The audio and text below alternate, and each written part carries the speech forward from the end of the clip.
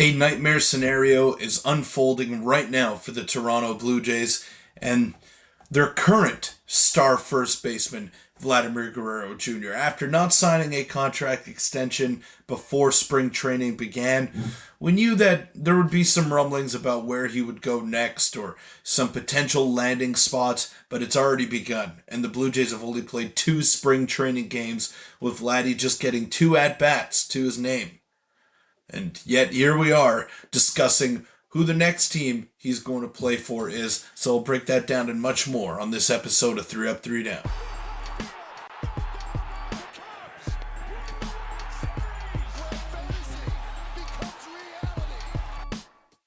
Welcome in everybody to 3 Up, 3 Down. I'm your host Peter Vrionis, and the Vladdy Jr. saga has only just begun for Toronto Blue Jay fans who, to put it lightly, are very disappointed that he did not come to an agreement with the Toronto Blue Jays. I had a theory, which I'll get into in just a little bit, but before we get into that video and all of that, make sure to hit that subscribe button because a large percentage of you who are watching these videos are not subscribed to the channel. But the theory that I had, and I discussed it a couple of days ago, was that Vladdy was going to hit free agency no matter what. Now, we heard that they were worlds apart with their two offers. The Blue Jays had one number, and Vladdy and his camp had another, which he reiterated in his press conference before spring training actually began. So that tells me that Vladdy threw out this astronomical number, and that was that.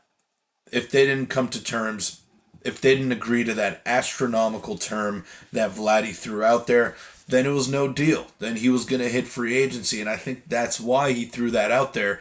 It's because he wants to go to the highest bidder, and he wants all 30 teams to have a chance, which is what he said over here. This is a post by Fireside Yankees on X. Vladdy Jr., when asked if the Yankees have a shot at him in free agency, every team, all 30 teams, are going to have the opportunity to sit down with me, talk to me. I'm okay with everything. It's in the past. Now Vladdy was very vocal about never wanting to play for the New York Yankees. There was a history there with his dad, Vlad Sr., who had kind of a rocky relationship with the Yankees. So that was a non-starter. That was something that was never going to happen for Vladdy Jr. until he reversed course and said that it's just business. All that can be put aside if the number is right and if the fit is right. So that's basically what Vladdy came out and said, and he's open to joining all 30 teams by his account, and even the Yankees. So I don't think all 30 teams are going to be involved in this. Theoretically, they are going to be able to throw money at him, but you got to believe that the serious player is probably going to come down to around 5 or 6 teams when it's all said and done. So Vladdy never wanted to be a Yankee. Now it's definitely a real possibility, and with their facial hair policy getting removed, maybe Vlad is an even better fit than some of us may have thought in New York. So Vlad Guerrero tells the Post he loves Canada and the Jays, but is open to all 30 teams, even the Yankees, but explains the two reasons he used to not like the Yanks. So I'm not going to get into that. I'm not going to give Jon Heyman any more limelight than he deserves. But then Jon Heyman goes on and does this. Very early favorites to land Vlad Jr. this winter: the Red Sox, the Mets, assuming that Pete Alonso opts out, and then the Yankees, number 3. The Blue Jays, nowhere to be found. Obviously not in the race because Jon Heyman, we know, hates Canada and hates the Blue Jays. So, whatever. It is what it is.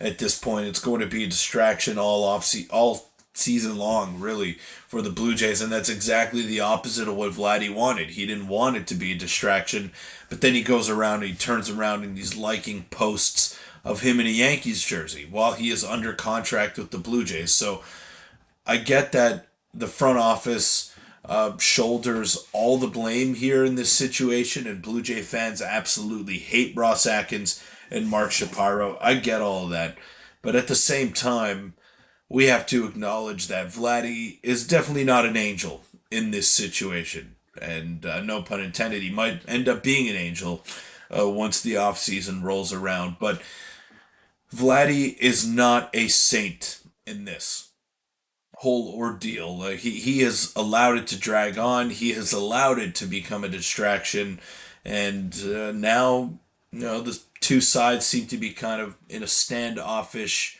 sort of position, and it's disheartening as a Blue Jay fan, especially for a guy that's been so vocal about wanting to stay here, but then he goes around and likes posts of him in a Yankees jersey, and you're just wondering if it's all bullshit or not. Like, is Vladdy serious about wanting to stay with the Blue Jays for the rest of his career, like he's been preaching? I'm not so sure.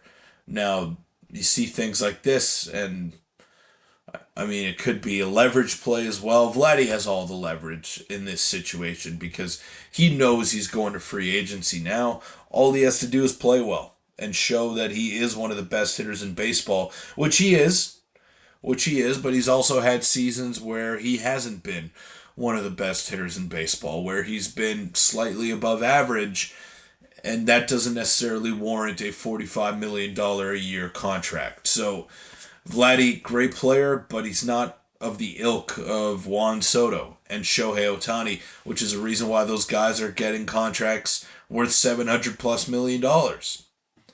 There's levels to this, and Vladdy is a level below those two players that I just mentioned. So I don't know if it's a fair comparison. I don't think Vladdy is going to get close to that dollar figure that those two signed for, but it, it could creep up into that range. I mean, we heard 585 over 13 years, which is $45 million of annual revenue. I don't know if that's something that is going to necessarily happen, but it's definitely a possibility. And the way that the Mets have been spending money, the relationship that Vladdy has with Juan Soto, it's very well documented. It's possible that those two come to an agreement and Vladdy spends the rest of his days playing with the New York Mets. That's entirely possible, and then Blue Jay fans are going to feel horrible about it because you're watching him spend his prime years after you developed him into the player that he is today. Obviously, a great natural talent. I would love for him to stick around with the Toronto Blue Jays, being a Jays fan myself, but I'm not going to hold my breath for it. And this is a very crucial year for the Blue Jays. They got to show Vladdy and Bo that they can win, that they can build a serious contender around them because they're supposed to be the cornerstones of this franchise, yet they haven't won a single playoff game in their tenure combined. So it's been a couple of up and down seasons for the Blue Jays. Playoff success nowhere to be found, and Vladdy and Bo are directly involved in that. So how's this whole situation going to play out? Well, we're going to find out, but I don't think it'll have any resolution until we actually get to the off season. But that'll wrap it up for this episode of 3 Up 3 Down. Thank you guys for watching, and I'll see you all tomorrow.